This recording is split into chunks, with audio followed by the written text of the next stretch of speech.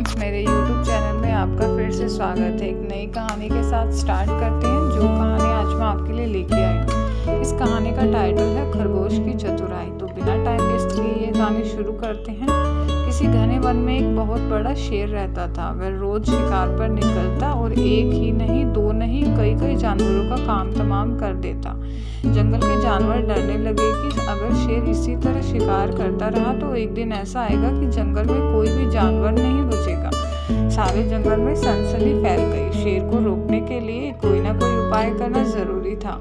एक दिन जंगल के सारे जानवर इकट्ठा हुए और इस प्रश्न पर विचार करने लगे। अंत में उन्होंने तय किया कि वे सब शेर के पास जाकर उनसे इस बारे में बात करें। दूसरे दिन जानवरों के एक दल शेर के पास पहुंचा। उनके अपनी ओर आते देख शेर घबरा गया और उनसे गरजकर पूछा, क्या बात है? तुम सब यहाँ क्यों आए हो?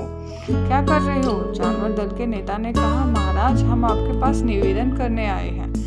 आप राजा हैं, हम आपकी प्रजा हैं। जब आप शिकार करने निकलते हैं तो बहुत जानवर मार डालते हैं। आप सबको खा भी नहीं पाते। इस तरह से हमारी संख्या कम होती जा रही है। अगर ऐसा ही होता रहा तो कुछ ही दिनों में जंगल के आपके सिवाय और कोई भी नहीं बचेगा। प्रजा के बिना राजा भी कैसे रह सकता है? यदि हम सभी मर जाएंगे तो आप भी राजा नहीं रहेंगे। हम चाहते हैं कि आप सदा हमारे राजा बने रहे। आपसे हमारी विनती है कि आप अपने घर पर ही रहा करें। हर रोज स्वयं आपके खाने के लिए एक जानवर भेज दिया करेंगे। इस तरह से राजा और प्रजा दोनों ही चैन से रह सकेंगे। शेर को लगा कि जानवरों की बात में सच्चाई है। उसने पल भर सोचा, फिर बोला, अच्छी बात नहीं है, मैं तुम्हारे सुझाव को मान लेता हूँ, लेकिन याद रखना, अगर किसी भी दिन तुमने मेरे खाने के लिए पूरा भोजन नहीं भेजा तो मैं जितने जानवर चाहूँगा मार डालूंगा। जानवरों के पास तो और कोई चारा नहीं, इसलिए उन्होंने शेर की शर्त मान ली और अपने अपने घर चले गए। उस दिन से हर रोज शेर के खाने के लिए एक जानवर भेजा जाने लगा। इसके लिए जंगल में रहने वाले सब जानवरों में से एक एक जानवर बारी बारी से चुना जाता था। कुछ दिन बाद खरगोश की बारी भी आ गई।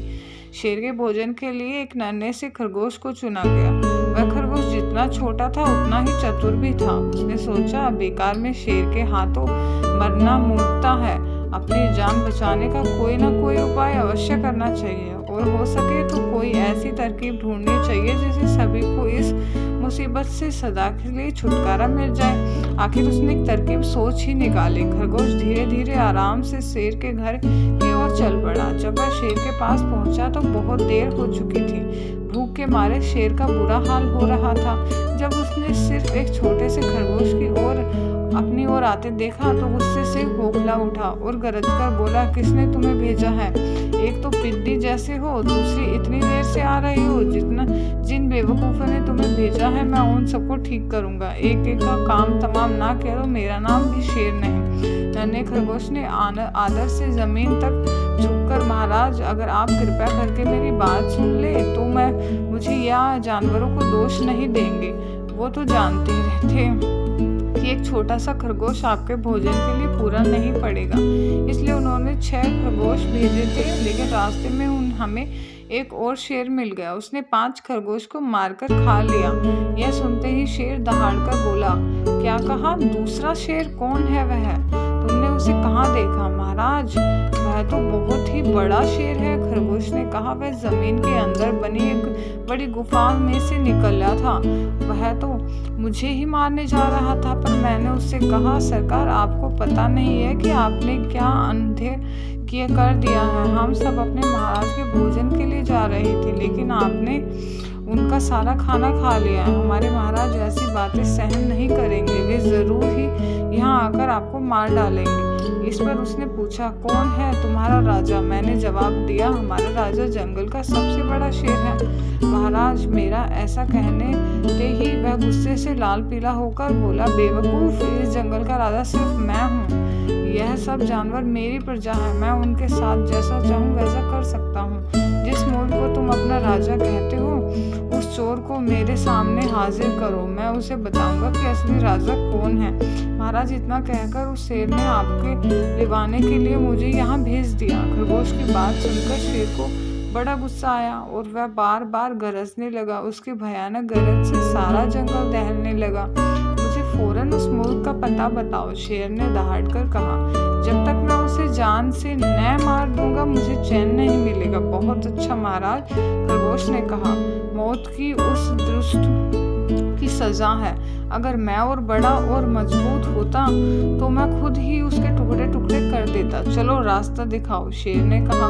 फौरन बताओ किधर चलना है। इधर आइए महाराज। इधर खरगोश रास्ता दिखाते हुए शेर को एक कुएं के पास ले गया और बोला, महाराज वह दुष्ट शेर जमीन के नीचे किले में रहता है, जरा सावधानी रखिएगा। किले में छुपा दुश्मन खतरनाक होता है, मैं उससे निपट लूंगा। शेर ने कहा, तुम यह बताओ कि वह है कहाँ? पहले जब मैंने उसे देखा था तब तो वह वहाँ यहीं बाहर खड़ा था। लगता है आपको आता देखकर वह किले में घुस गया। आइए मैं आपको दिखाता हूँ। खरगोश ने कुएं के नजदीक आकर शेर से अंदर झांकने के लिए कहा। शेर ने कुएं के अंदर झांका तो उसे कुएं के पानी में अपनी परछाई दिखाई दी।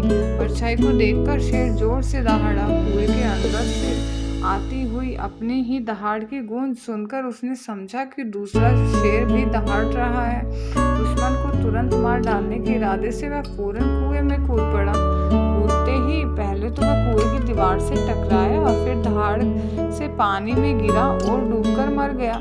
इस तरह चतुराई से शेर से छूटी पाकर नन्हा खरगोश घर लौटा। उसने जंगल के जानवरों को शेर के मारे जाने की कहानी सुनाई। दुश्मन के मारे जाने की खबर से सारे जंगल में खुशी फैल गई। जंगल के सभी जानवर खरगोश की जय जयकार करने लगे।